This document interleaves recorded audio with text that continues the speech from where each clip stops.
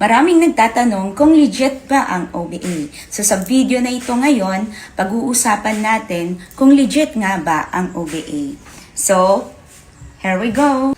Pero bago ang lahat, gusto ko munang linawin ang OBA stands for Online Business Academy. In the word itself, online business, hindi po siya work. Business po siya. Kaya kung sa mga nagtatanong kung merong puhunan or ilalabas ng kapital, honestly, meron.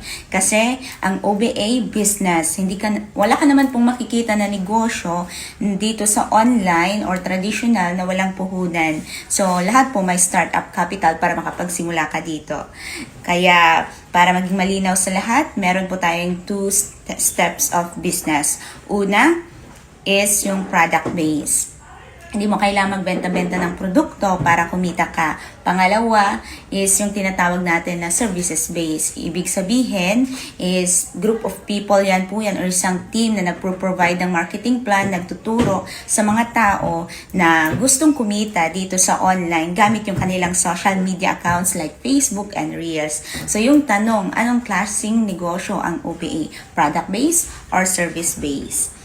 So, ang OBA is a services-based business. So, ibig sabihin, meron po siyang online system, may marketing plan na tinuturo sa mga tao para yun yung gagamitin nila para kumita at para magkaroon sila ng idea kung paano nila gamitin yung social media accounts nila para kumita.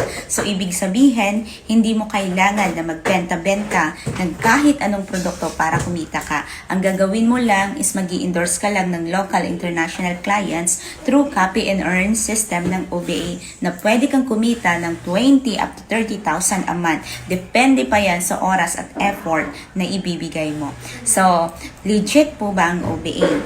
Yes, the answer?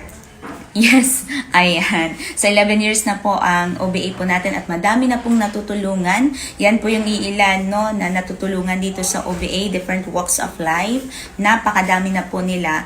And in fact, OBA is awarded as one of the most outstanding online marketing in whole Asia during the first Sterling Awards na ginanap yan sa Resorts World Manila. So, akalain mo na merong ganyang award ng OBA. So, in terms of legitimacy, OBA is 100% legit.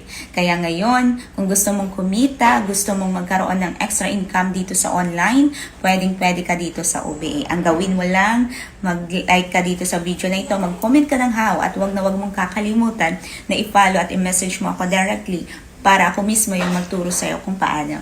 See you and God bless!